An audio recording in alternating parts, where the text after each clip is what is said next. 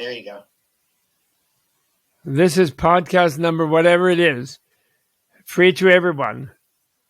And it is celebrating the majesty and the historic moment of the first turning of the wheel of reality, the wheel of freedom. That freedom is inevitable. Freedom, intelligence, wisdom, love, bliss, and compassion for everyone. That wheel is unstoppable. It rolls everywhere, and everyone gets it because it's in every human being's mind. Really, at the deepest level, everyone has an affinity and attunement to it. It doesn't mean adopting it doesn't mean everyone's going to be a Buddhist at all. It means everyone's going to be enjoying their reality with the hearty congratulation from the founders of every tradition. And the people maintaining them as sort of dominating institutions will be happily relieved from having to dominate anybody, because everybody will have realized the aim of their worldview, their truth, their credo, their disciplines, whatever it is. So everyone will graduate. Wonderful. And then also this will be part of the course, which is, I recommend to everyone, which is the Vajra Yoga through the Buddha's three vehicles, companion of the Yoga Alliance 200-hour yoga class, Vajra Yoga class given by my colleague Michelle Clearlight Lowe, starting this month, starting next week, I think, or maybe already started. And I will be present for the questions. I have many lectures like this one, but not too many for you, but there are many. But they've chosen certain number that you can do within your time frame. And then they'll be there to answer your questions every Thursday now for the next 3 or 4 months. Okay, sometimes from other places, but I'll be there on that day. I think in the Eastern time, it will be like 11 a.m. I will be there answering those questions that you have, as many as you want to have, on Zoom. And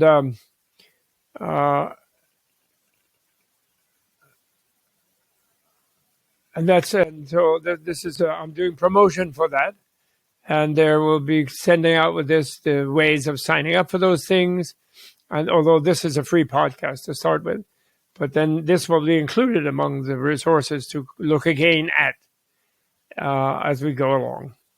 Okay, and I'm also, of course, promoting my Wisdom is Bliss book because I think it also gives a good three-vehicle unified, three-vehicle coordinated vision of the Eightfold Path and of the 4 friendly fun facts or noble truths. And I'm very pleased with it. It's a result of 60 years of study, 57 years of study with His Holiness the Dalai Lama, and friendship with him.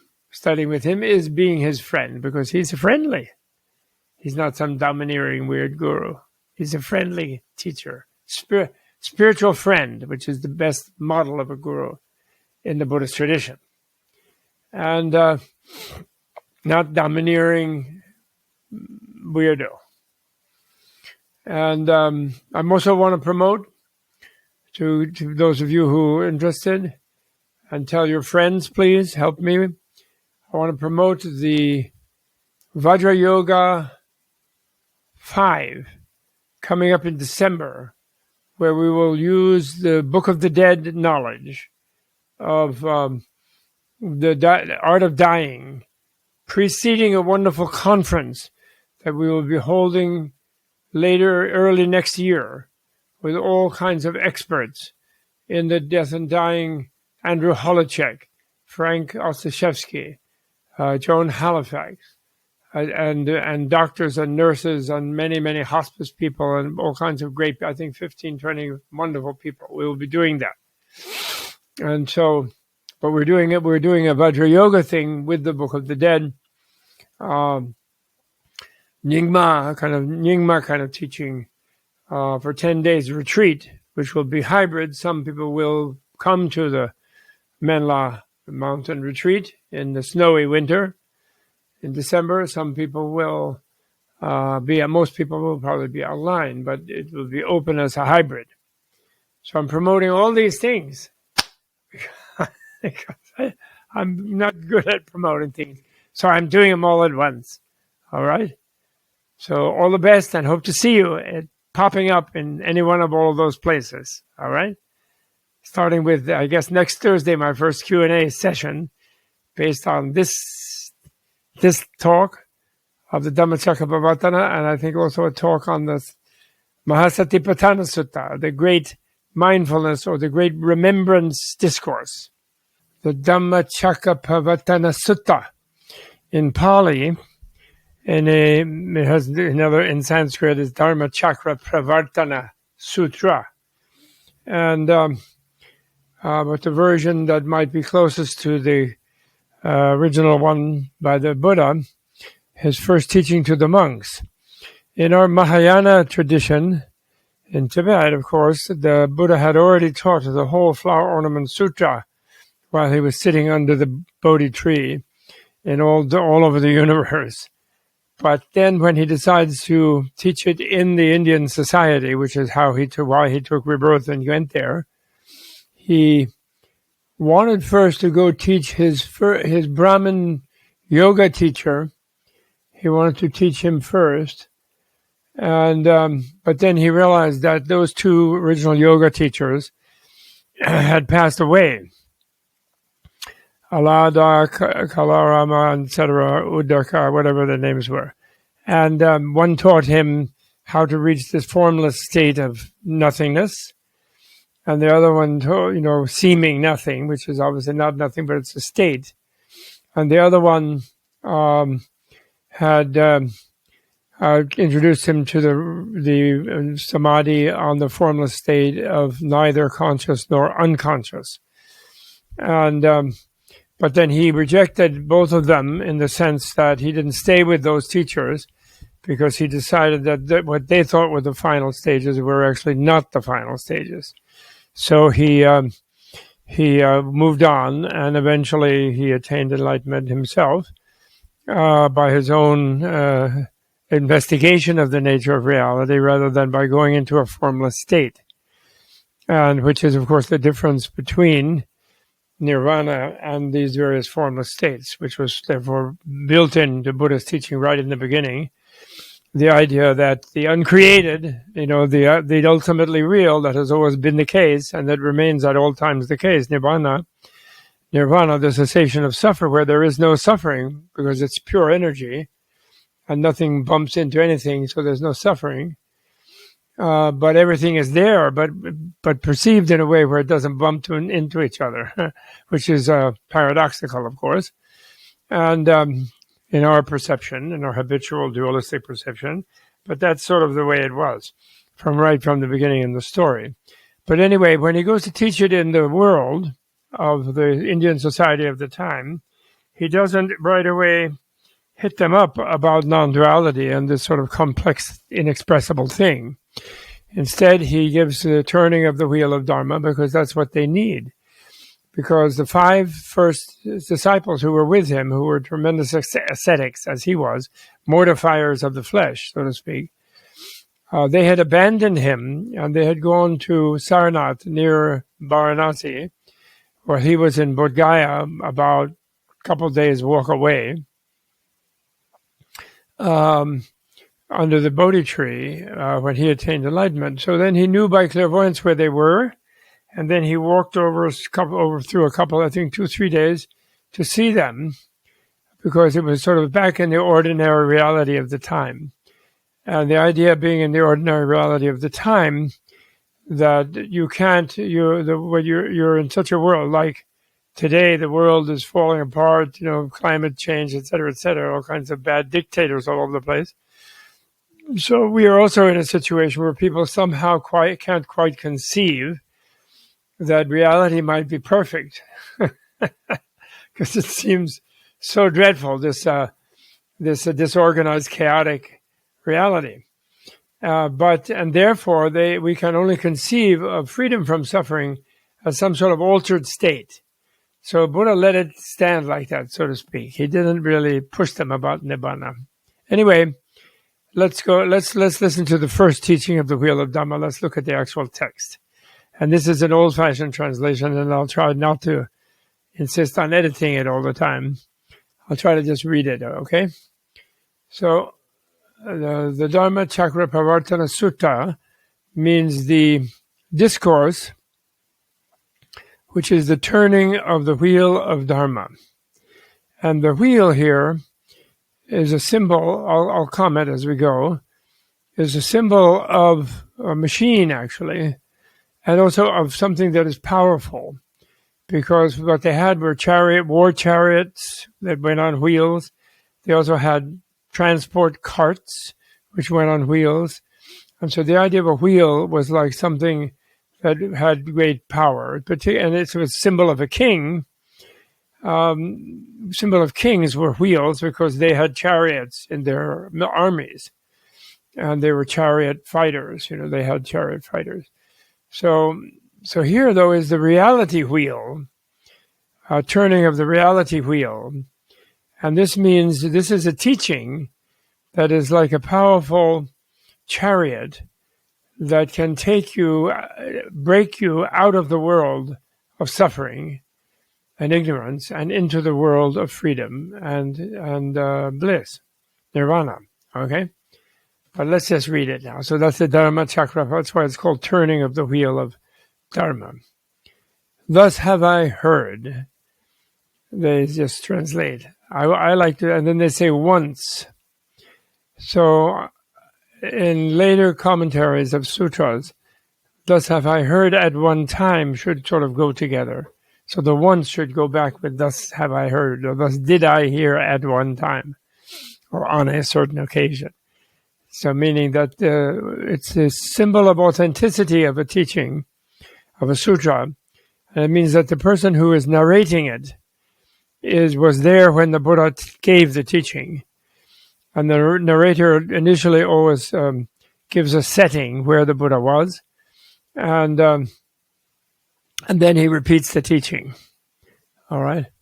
So once when the Blessed One, Buddha that is, was staying in the pleasance of Ishipatana, the grove or the garden of Ishipatana, the deer sanctuary near Benares, he spoke to the group of 5 mendicants. These were already ascetic mendicants who lived on alms, and the name for them is bhikshu or bhikkhu in Pali.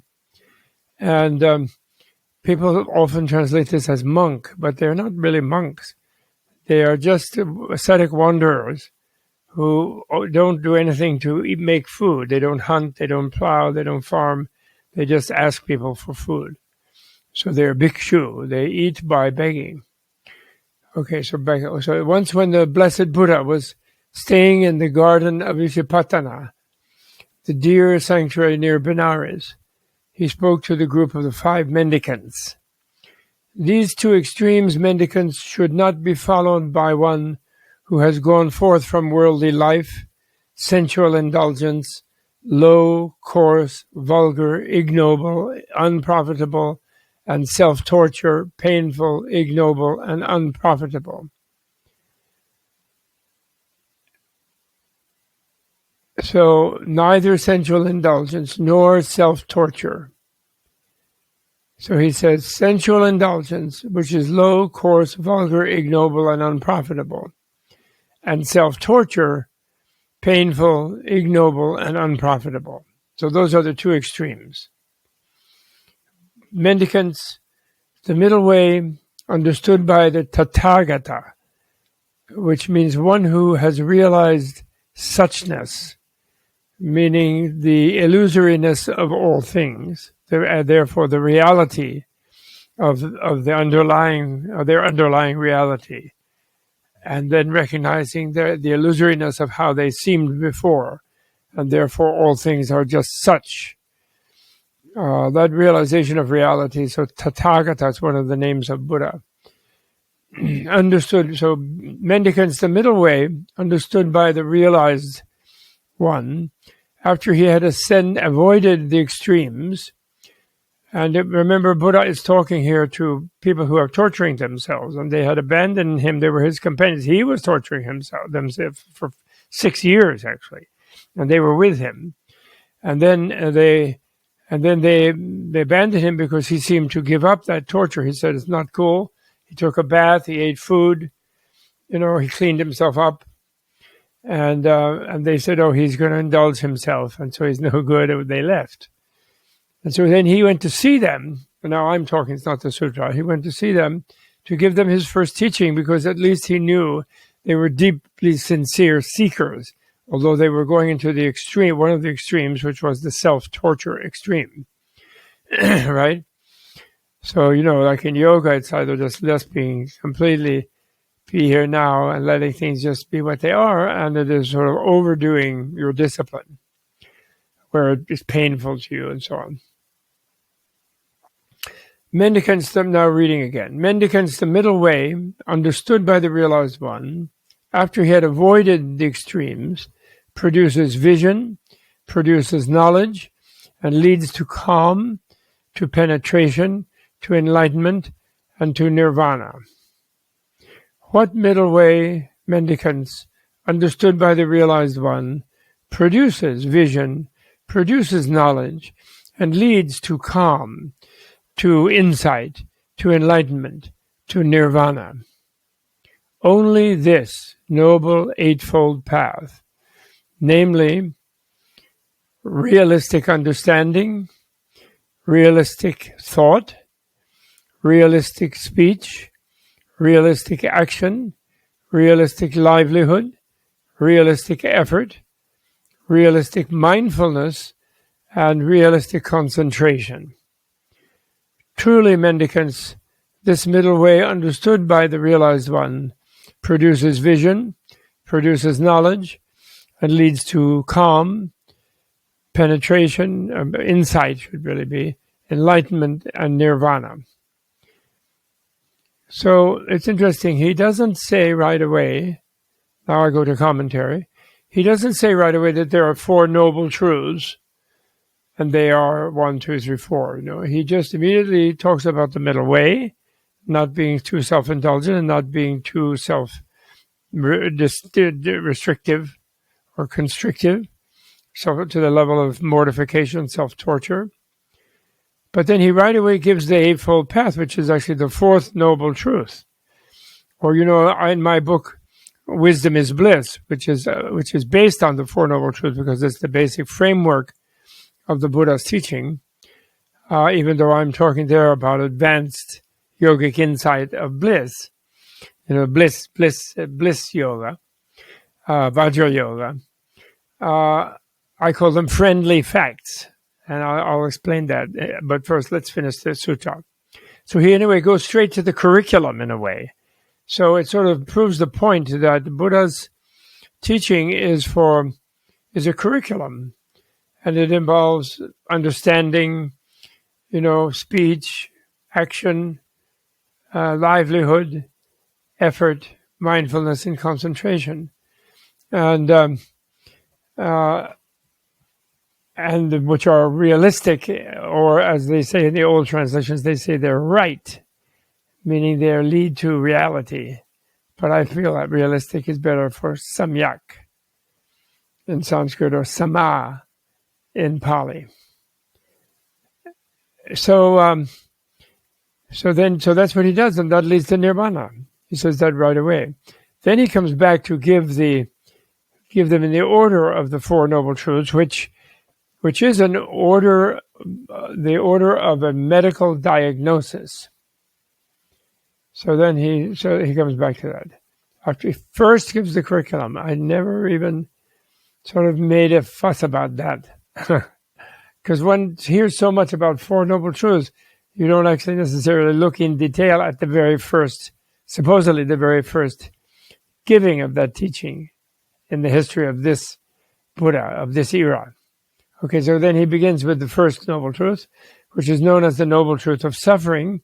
He says the noble truth of ill And recently, my great friend, my new great friend, Robert Svoboda, the great yogi and the great Kundalini teacher and student, he calls it the noble truth of uneasiness rather than suffering, which I will come back to, which I like. Anyway, here it's called ill. So this bhikshus is the noble truth of ill. Birth is ill, decay is ill, disease is ill, death is ill. Association with the unloved is ill. Separation from the loved is ill. Not to get what one wants is ill. In short, the 5 aggregates of grasping are ill, or the 5 heaps of functioning are ill, you could even say, or grasping, undertaking things, activity. This mendicant, so that's the noble truth of ill. Birth, decay, disease, death, association with the unloved, separation from the loved, not to get what one wants, and to get what one doesn't want. But he just puts not to get what one wants. In short, the aggregates are one's body, one's sensations, one's conceptions, ideas, one's emotions, and one's consciousnesses. And these are called the 5 aggregates traditionally, but really the word skanda really means a heap. So we are made of 5 body, mind heaps. It's the idea, and it's all ill. All right? This mendicance is the noble truth of the source of ill. The craving which causes rebirth is accompanied by passionate pleasure and takes delight in this and that object, namely sensuous craving, craving for existence, and craving for annihilation. So that is the second noble truth. It's the source of ill, the cause of it. And because of the Buddha's insight into the cause of suffering, or ill, the Buddha is celebrated in Indian philosophical history, Indian cultural history, as the discoverer of causation.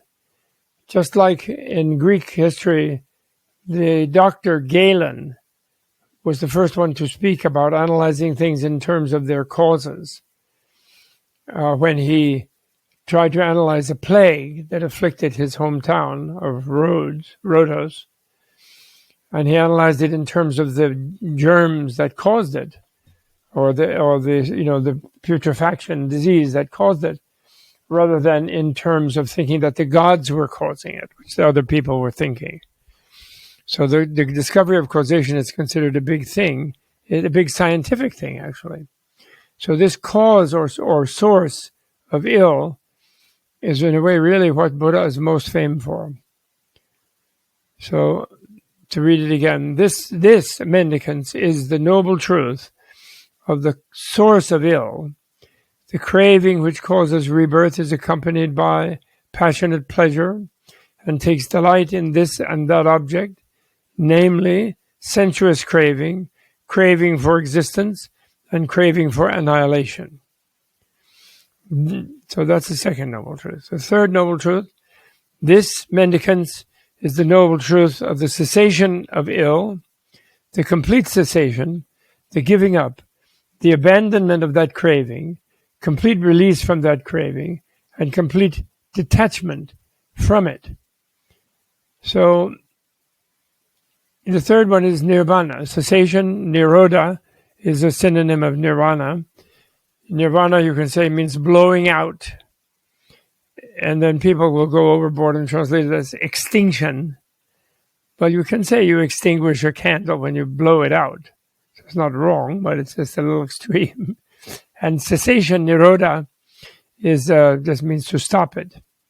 So the stopping of suffering. And there, he doesn't say, notice, stopping of life. It says the stopping of suffering. And that's the third noble truth. The complete cessation, the giving up, the abandonment of that craving, complete release from that craving, and complete detachment from it.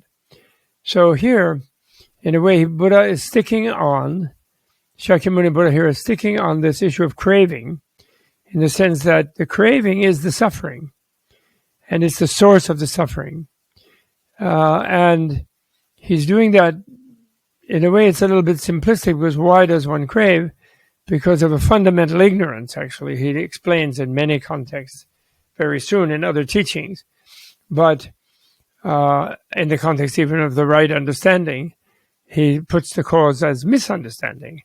And then the craving itself is based on the misunderstanding, because the misunderstanding is that one thinks one is a separate being, that one is deficient in many ways and defective in many ways, and one doesn't have what one really wants, and one isn't where one really wants to be, because one bumps into things bump into one. There are lacks and wants and so on.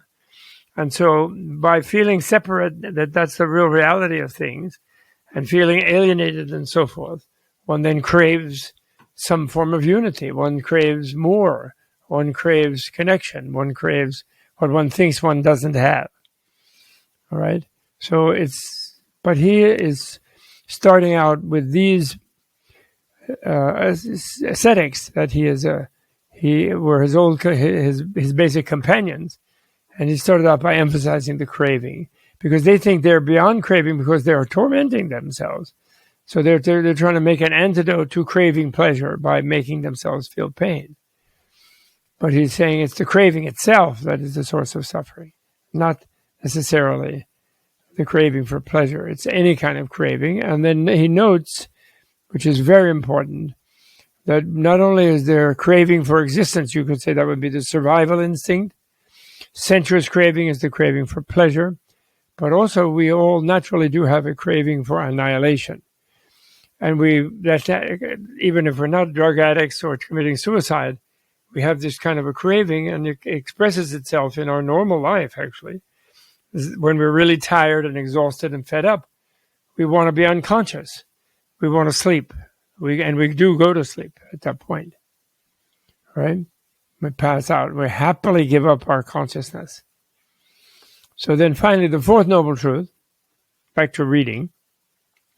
This, mendicants, is the noble truth of the way leading to the cessation of ill.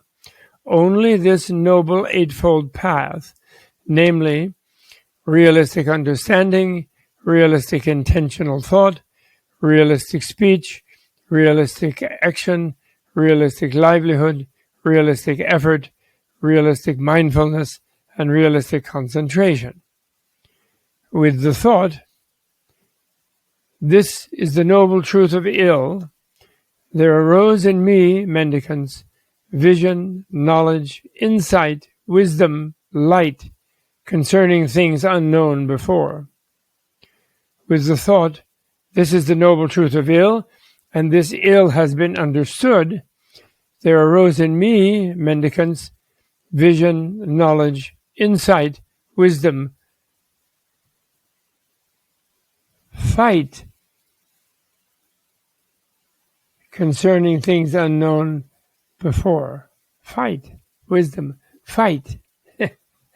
Some literal struggle, or I don't know why he says fight. Wisdom, fight. I think it's something wrong. Wisdom, realism. I think right is what he wants to say.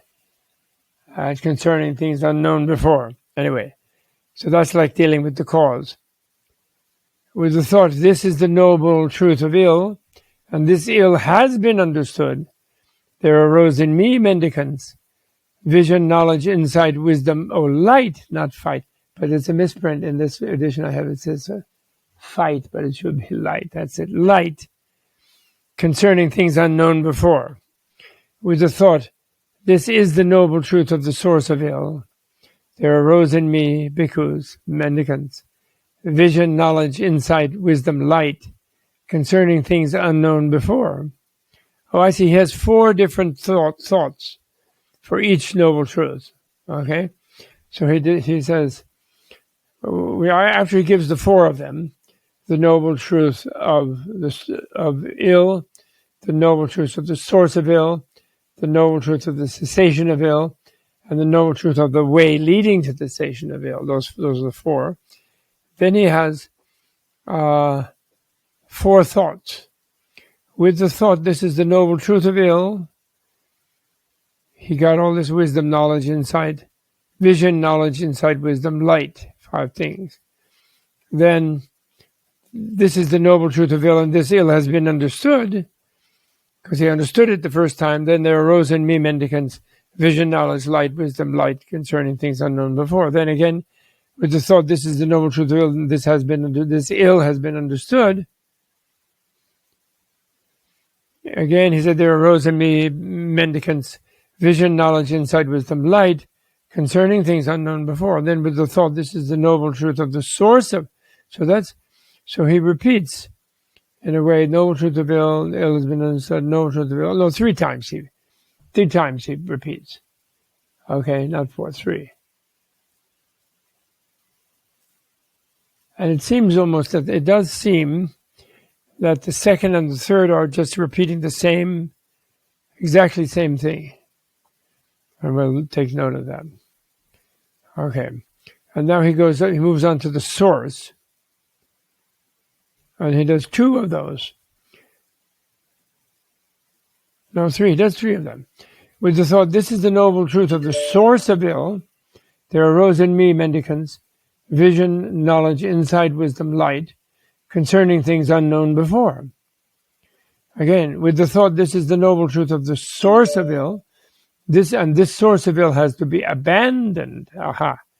There arose in me, mendicants, vision, knowledge, insight, wisdom, light, concerning things unknown before. And then he repeats this. With the thought, this is the noble truth of the source of ill, and this source of ill has been abandoned. There arose in me, mendicants, vision, knowledge, insight, wisdom, light, concerning things unknown before. So this is very interesting in the sense that these 3 times he repeats this. He says that first time he just repeats that he identifies the noble truth. Then he does what you're supposed to do about that second one, which you are to abandon that source. And then he repeats that it has been abandoned. Has to be abandoned, that's a slight difference. It has to be abandoned and has been abandoned.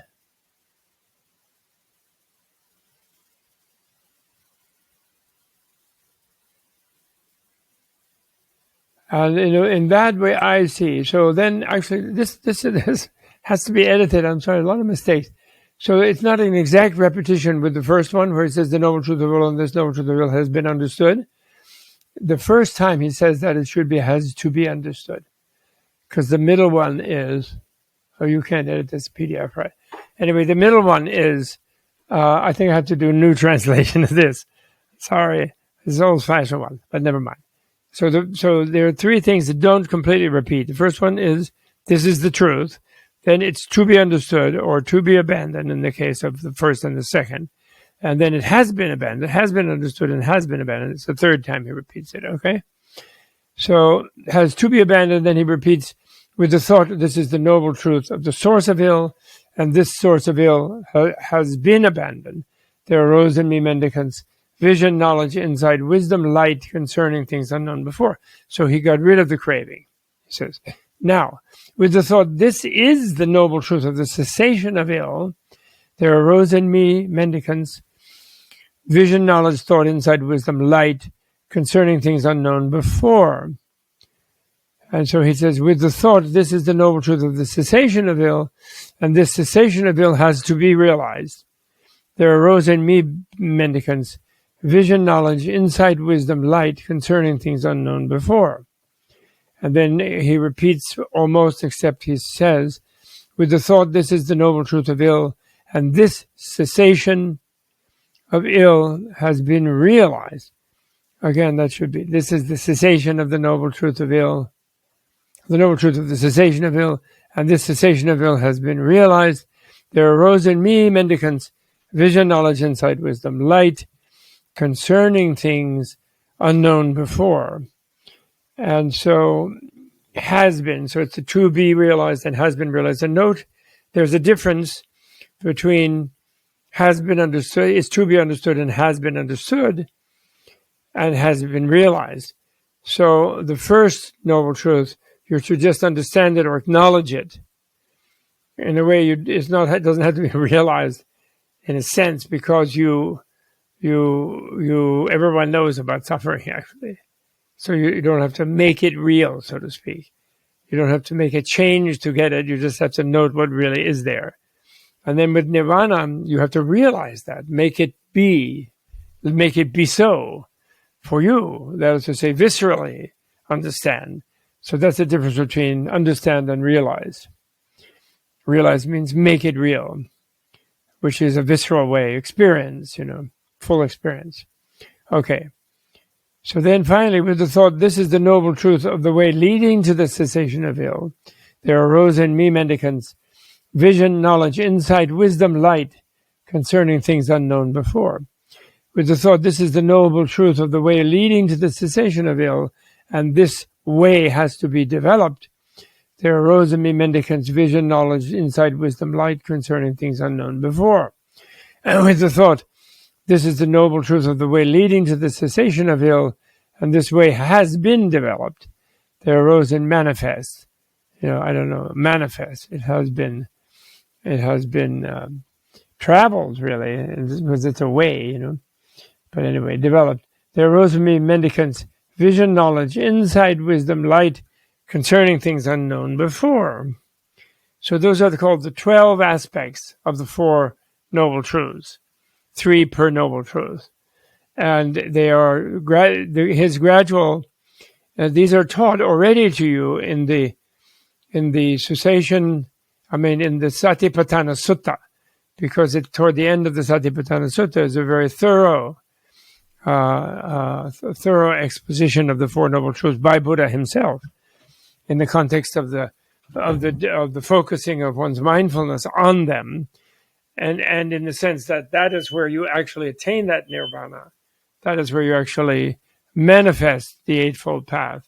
You travel on that way. You become that way. You graduate on the curriculum of that way. Okay, so then he says, so long, mendicants, as my knowledge and vision of reality regarding these 4 noble truths in 3 phases and 12 ways was not fully clear to me, I did not declare to the world with its gods and devils, to the mass of beings with its gods and humans, that I understood incomparable perfect enlightenment. But when, mendicants, as my knowledge and vision of reality regarding these 4 noble truths in 3 phases and 12 ways was fully clear to me, I declared to the world with its gods and devils, to the mass of beings with its gods and humans, that I understood incomparable perfect enlightenment. Knowledge and vision arose in me. Unshakable is the deliverance of my mind. This is my last birth. Now there will be no birth. Thus spoke the Blessed One, the Blessed Buddha, and the group of 5 mendicants, glad at heart, approved of the words of the Blessed Buddha. As this exposition was proceeding, the passion-free, stainless view of truth appeared to the Venerable Kondanya, and he knew everything that has the nature of arising has the nature of ceasing. When the Blessed Buddha set in motion this wheel of Dharma, the Bhum-arta Devas proclaimed with one voice, the gods of the Bhumata. The incomparable wheel of Dharma is turned by the Blessed Buddha at Isipatana, the dear sanctuary near Benares, and no recluse, Brahmin, God, devil, creator, Brahma, or other being in the world can stop it. The Chaturmaharajika Devas, the gods of the 4 great kings, heaven, on the slopes, the upper slopes of the Axial Mountain, near the North Pole, having heard what the Bhumata Deva said, proclaimed with one voice, the incomparable wheel of Dhamma is turned by the blessed Buddha at Isipatana, the dear sanctuary near Benares, and no recluse, Brahman, Deva, Mara, Brahma, or other being in the world can stop it. Actually, they're translating recluse, but it's not really correct. It's a mendicant is what it should be. Or samana, seeker, you could say. This utterance was echoed and re-echoed in the upper realms, and from Chatu Maharajika, it was proclaimed in Tavatimsa, 33 heaven of Indra, Yama, the realm of no conflict, thence to Tushita, to Nirmanarati, and to Paranimita Vasavati, so also to those other desire realm, all 6 desire realm heavens. Then the Brahma-bodied gods, having heard what the Paranimita Vasavati gods said, proclaimed in one voice, the incomparable wheel of Dharma is turned by the Blessed One at Isipatana, the dear sanctuary near Benares, and no seeker, Brahman, Deva, Mara, Brahma, or other being in the world can stop it. Deva Mara means God, human, and Brahma means creator God, or other being in the world can stop it. Thus, in a moment, an instant, a flash, word of the turning of the wheel of Dharma went forth up to the world of Brahma, that's the personal Brahma, and the system of 10,000 worlds trembled and quaked and shook. A boundless, sublime radiance, surpassing the power of the gods, appeared on earth. Then the Blessed One made the utterance, truly, Kondanya has understood. Kondanya has understood. And thus it was that the Venerable Kondanya got the name Kondanya the Wise. So that's it. That's the end of it. Very short sutta. Very, very nice one. We can chant it all together. I will. Evam me sutam ekam samayam bhagavat paranasiyam viharate isapatane mrgadaye tatra ko bhagava Pancavagiye bhikkhu amantasi dve me bhikkhave anta pabhajitena na sevitaba yo chayam kamesu kamasukha lika yutu yogo hino gammo pottujaniko anariyo anati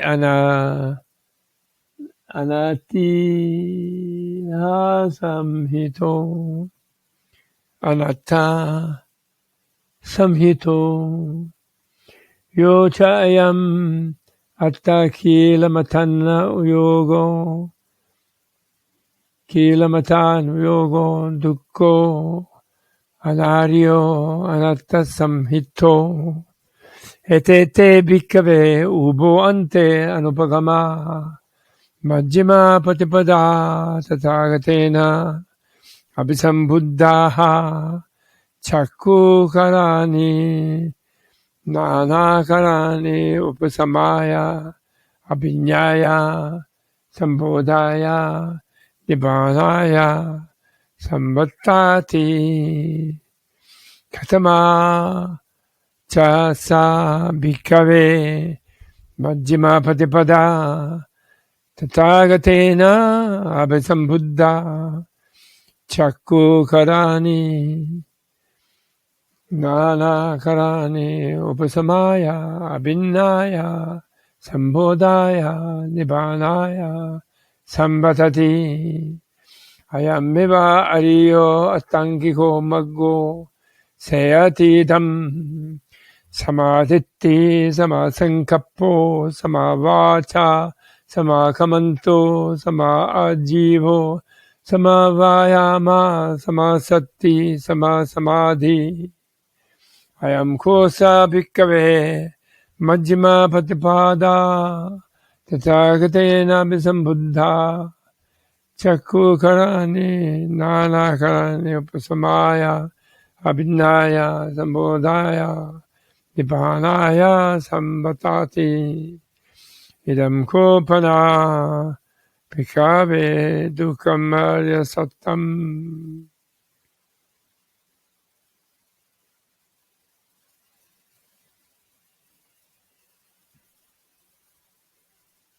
So I could go on, but I don't. Those are the main things. But it says something very historic and amazing. To say something at least that is close to what the Buddha originally said when he spoke to the first people, ordinary humans in the ordinary Indian society of that time. So in that context, everything has to be understood in that context. And let me just say further to conclude that these noble truths, as they are called, there's some, it's correct, Arya Satya, that is, Arya Satya. And the word Arya in Buddha's time was a class term, and it meant the three twice-born castes in the society of his time, which was an elitist society with a majority of somewhat alienated persons called Patāñjali, meaning that they were not in communion with them. They were just serving people. And they served the elite, who were called the Aryas, the noble ones. And this was the leftover of a conquest, gradual conquest that took place over many centuries, probably from the middle of the second millennium before the Common Era up until Buddha's time, which was the middle of the first millennium, the Common Era. And at the time of the conquest, the Arya was actually a racial term, and its opposite was Dasyu, which means a dark-skinned person. And the Arya meant a noble person. And the roots of the word Arya, I think, means beyond any sort of enemy. Arya. Without enemy. Because conquering, always conquering or dominant, Arya meant, I think. But then by the time the dominance was no longer conquest, it was a caste system of a noble elite over a dominated minority, along with a color bar, actually. So then the Buddha took that term for the Arya, the noble one, and he redefined it. Although here, he's just saying noble, which people think of as, in the hierarchy, it means good. But he meant specifically noble. When he came to unpack this first teaching more fully, he clearly stated that by noble, he meant someone who had achieved a degree of empathy with others. That is to say that they really did consider that the subjects under them, because noble means elite, that they felt their feeling and they were representing them and they were guiding them and governing them for their benefit and not to harm them or torture them or make them suffer, but to benefit them. So that's the good side of an elite system, where the elite has an ethic of benefiting and nowadays we're so into equality and democracy, which is good, that we should be. But we'd ignore the fact that in even those ancient hierarchical societies, or that the upper people were not frightened of the lower ones, and they considered them like their children, that someone to be benefited, and they were raised and indoctrinated in an ethic of being noble in a good sense. Okay, but then Buddha said, well, but none of that is good enough, because they get into being arrogant about their status, their elite status. So I'm going to say noble means someone who has a certain degree of altruism and empathizes with others, and that means feels and approaches reality from a multi-perspectival way of seeing things as other people see them as well as how they themselves see them. That means. And that's what he meant by noble. So he was saying for a person like that, with that higher degree of sensitivity, to be able to see things from others' perspectives as well as their own, with that bigger picture type of person, these things were truth for them in the sense of realistic and factual. So therefore, I used to like to say the four noble facts, in the sense of they are facts for a noble person. They are not factual for an ordinary person who doesn't have that kind of empathy and who doesn't think that everything is suffering from a self-centered point of view. Everything for a person who only sees things from a self-centered point, it's always suffering. The normal person doesn't think that because they have moments of relief from their frustration and their cravings and their frustrated cravings that they think are moments of relief. So they think there is pleasure, and that's why they crave it. They think that annihilation will be pleasurable, and they think that in life there will be more pleasures for them.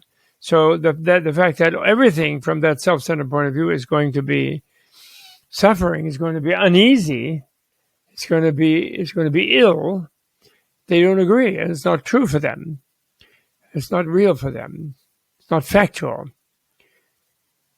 So in saying that, Buddha is challenging the ordinary person. He's speaking to these companions of his because he knows they're very, very sincere and dedicated. They are seekers, samanas, ones who are fed up with the ordinary thing and are seeking something extraordinary. And so in a way, they're on the brink of being noble in his idea, but still he's challenging them because they've been too self-centered and they've been pursuing their cravings, thinking they were getting rid of craving by torturing themselves, but they're actually craving some higher bliss and higher pleasure of being free of the body, kind of by torturing the body, Okay? So, and that's not a new useful way, although he himself had done that for 6 years, but he then rejected it. And you could say he did it as a teaching thing, maybe, as the opposite of the tremendous self-indulgence that he was brought up with as a prince, a spoiled prince. Okay?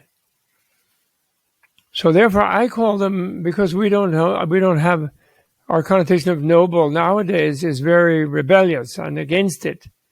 And we think it's sort of an excuse for dominating and oppressing people because we've been governed badly lately.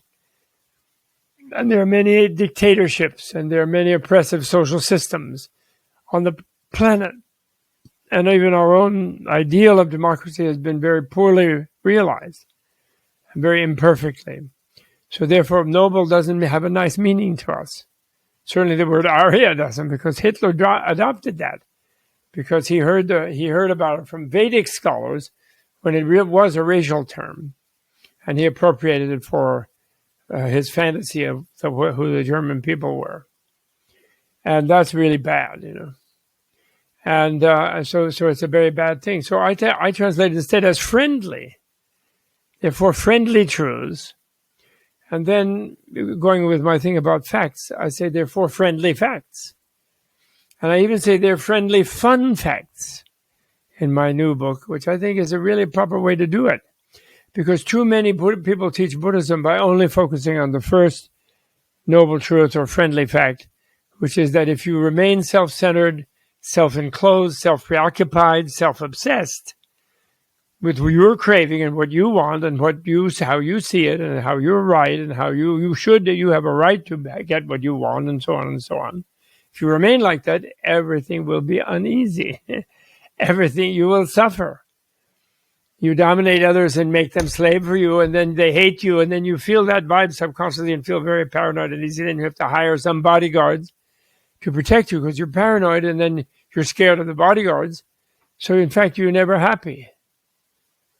And that's a false method of trying to be happy, is by dominating and domineering and being more self-enclosed. Because what makes you happy is when you connect with others. When you touch them in a loving way and they touch you in a loving way. By speech or by caress or hand, by body or by mind. By giving you some new insight, new perspective, wonderful, new, beautiful idea your beautiful poem, your beautiful expression, or whatever people do. So friendly facts and fun facts, because actually it's fun because it gives you relief. If you become a bit of a seeker and you decide that the ordinary way of being just selfish, out for number one, even in cultures that tell you must be, but you get a little bit better and you become a samana, what they're calling a recluse, but really what it means is a seeker, a dropout, a vacationer, someone who just leaves the ordinary rat race of the world to seek something higher out of human, have human life be more of a quality experience. And a samana. And because of that, then you say, well, that's a fun fact. Yes, of course, that's fun. I'm glad to know that, that the suffering I was having all the time had to do with my wrong way of approach. So it's fun to know that. And it's also fun not to think anymore that by some means of getting more wealth or more status or domineering more people or owning more things, that I'll be happy. And that's really fun because that releases me from the stress of trying to get happy and find joy and fulfillment in a way that is not reasonably able to give you joy and fulfillment. That makes it fun. Someone asked me in relation to my book lately, they've been asking me for years in teaching about Buddha's teaching, Buddha's curriculum, in an educational setting. Like, how can you think of that as fun? Now, what's good about that?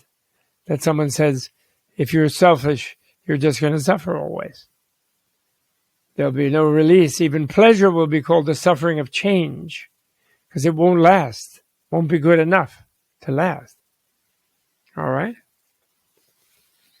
Then the second fun fact is, wow, what fun. There's a reason for it.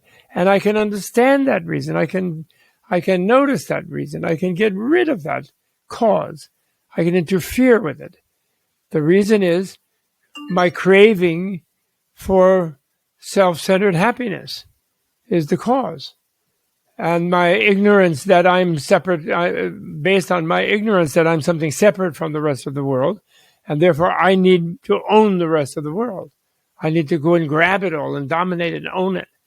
But then since it's infinite, the more I own, I have the stress of trying to possess it, and meanwhile there's still infinite stuff that I didn't own, because I'm coming out of a misknown, a misunderstanding, which is that I am some sort of a separate, discrete object or subjectivity within an objective world, and separate from it, and therefore in a state of opposition to it, and it in a state of opposition to me.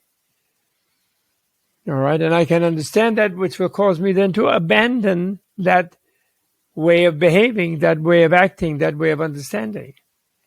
And I will get rid of that kind of craving and the ignorance underlying it, and the misknowing, and the stubborn insistence on my view that underlies that, my personal view, my own point of view, my rigid, fixated point of view. And then the most fun fact is then I will discover that my actual reality all along, forever and ever, past, present, and future, but forever in the past, but all unbeknownst to me up until now, has always been freedom, contentment, bliss, cessation of any such craving. The craving ceases when I realize it isn't really happening. It was a delusion. It was a misunderstanding. So then I realize my freedom from suffering as I'm made of a freedom from suffering. I'm put together within a freedom from suffering. My being put together as if separate from it all is just playing around with it all. And really I'm one with it all. So it's not opposed to me. In fact, I am all of it, including all the other people. And therefore I'm completely free of suffering. Although I then notice that they aren't, a lot of them. I notice a lot of others also are free of suffering. I mean, I am, because I have such huge vision. And vision, as you said, light, vision, calm, insight, enlightenment. So going back, so anyway, you realize that you achieved, you abandon the cause, and the minute you abandon that, the suffering ceases, and you are nirvanized. But the nirvanized, notice, the craving was for annihilation as well as the craving for life, craving for existence and craving for annihilation. So craving is satisfied by abandoning the craving, and then you just are, and you don't need to crave. And that is the cessation of the craving, which is the cessation of the suffering. Okay? So that's the third friend, and that's the most friendly of all facts. That means everything is just all right the way it is. It's perfect. You are there. You are it. It's wonderful. Be here now. Like dear Ramdas insisted we should be. But the here and the now is not the ordinary here and the now of the misknowing kind of situation. It's the here and the now of realistic, and the reality of the uncreated, the blissful, the luminous, the profound, the peaceful, all of these things that Buddha said on the morning that he did in a different account. Okay?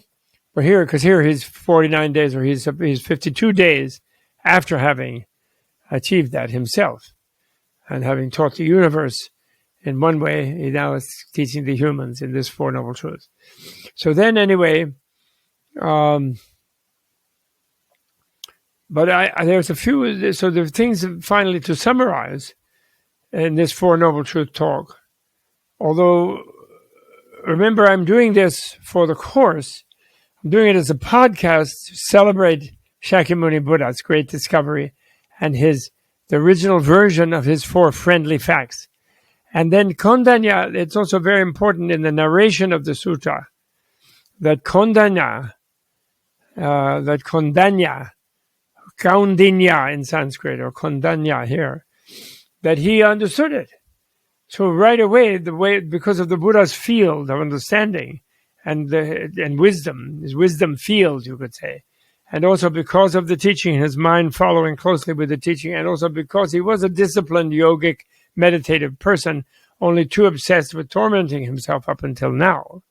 But he was an extraordinary person, and he was totally involved with Shakyamuni, and because Shakyamuni broke through, he got a powerful wave of the breakthrough. But anyway, when he went through these 12 ways of appropriating the Four Noble Truths in this original thing, he understood it. He realized it. He touched nirvana. That is, he didn't become a Buddha because he didn't touch it in the vast way. He touched it in the arhat way, because he was approaching it from a little bit dualistic way still, as if nirvana, the reality of things, was really something separate from the unreality. So instead of the reality of things is like the screen on which the unreality is projected. So it's like not separate. Like the surface of a movie screen is just really a blank white thing. But then on it are all the activities of the movie, in 2 dimensions, that hit it in 2 dimensions by the miracle of photography and cinematography. All right? So, but he's just discovered the white screen, let's just say, and he has a taste of relief of it. He's sort of not, he then, in coming back to speaking to the Buddha and saying, oh, I get it. He may be thinking he's leaving it and reporting back into the world of still, because he still thinks it has some reality. So he still has he still has elements of dualism in his view. Okay, so this is wonderful. But anyway, it was also very strongly addressed by Buddha in the Mahāsatipatthana Sutta, which I gave which is there in another one of the talks that you have. And that's really, really important. All right? So in summary here, the one important thing is it kind of proves the point by the fact that before he lists the Four Noble Truths and then the 3 ways of approaching each of them, he lists the curriculum of the Fourth Noble Truth. And so he lists the therapy right away after talking about the middle way and getting his colleagues to stop realizing the futility of their continuing to torture themselves. And I'm sure none of them, including him, had slightest interest in going back to self-indulgence, going back to some sort of orgies and brothels or whatever. They have no interest in such a thing. So he wants them just to drop out and come back to the middle way and take care of themselves a little bit nicely, and then focus on the Four Noble Truths. But first, it's on the curriculum of the fourth one that you have to focus on, because not everyone is going to get it just by listing them or just encountering them in the fourth focus on mental objects of the Great Sutra on mindfulness, the Great Discourse on mindfulness. So he gives the Eightfold Path right away. And so that's point one. It is an educational curriculum. It's not a matter of believing in some truths. Maybe you believe in the first one, you understand it, you acknowledge it, you notice it. Then you abandon the second one, not believe, you abandon it, the source. Then you realize the fourth one, not just believe it, but third one rather, you realize it. Then the fourth one, you use the therapy, you practice it. You walk on it, the path, You become the path. You be the path. And so it's not like these truths are not like the credos of a religion. They are more like the prescription of a doctor who prescribes a course of therapy. Or they could be the protocol of a teacher who prescribes a course of study and practice and learning. And that's really what Buddhism really is. And you can see it from the very beginning in the level of encountering ordinary humans, although very advanced ones as far as being advanced yogis. These five were. They'd been 6 years of yogic extremism practicing with him. So, proof of curriculum, 1. 2, understanding the Noble Truths as friendly facts, leading to the bliss of nirvana. Fun facts, because nirvana is fun. It's not annihilation. It's not extinction. It's not being blown away in the sense of the mafia use of blowing someone away, naming to kill them. It is being blown away in the rock and roll concert or Mozart opera, a drama, of being blown away with delight, with joy, discovering what has always been in a world of immense beauty as a beautiful participant. Complete bliss, in other words. And then sharing that bliss with endless others. In fact, expanding one's infinite life to the benefit of every other infinite being, helping them discover their own infinite life. Wonderful. Not at all annihilation. All by being rid of craving and the ignorance that produces it, the misknowledge that produces it, the misknowledge of thinking that something wrong. One doesn't have enough of whatever it is. All right? So that's the summary of the first turning of the wheel of Dhamma. That's the historic thing, because that wheel went ahead, it's going ahead, and it conquered the world. It's a royal chariot wheel, and it conquered the ignorance and the suffering of all beings. And then we say, wait a minute, what? We are not free of suffering and ignorance. What happened to us?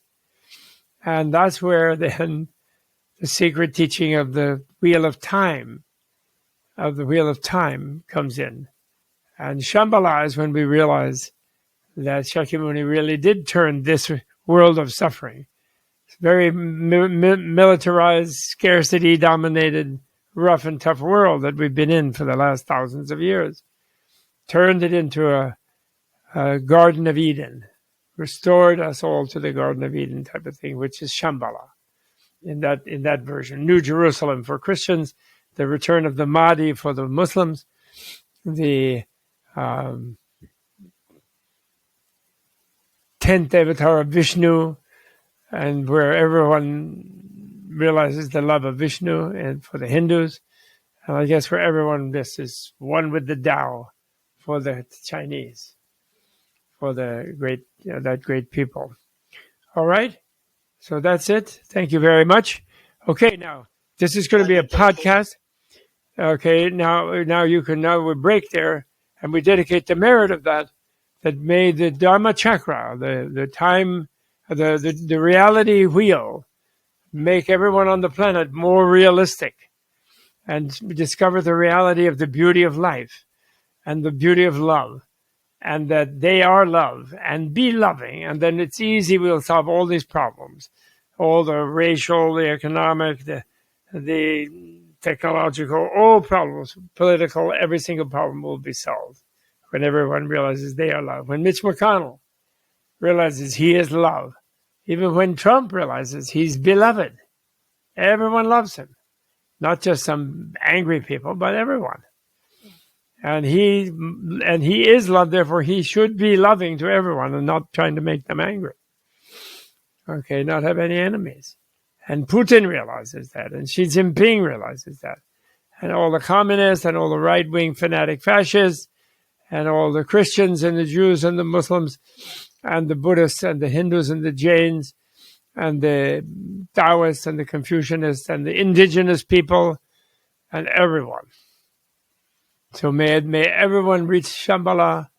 May we dedicate the merit of this, that this Dharma chakra, this truth machine, reality machine, may it go everywhere and free people from misknowing and living in untruth and living in unreality, being unrealistic and frightened and suffering. Okay? May they all be free from that as instantaneously in some ultimate sense and relatively as soon as possible. Okay?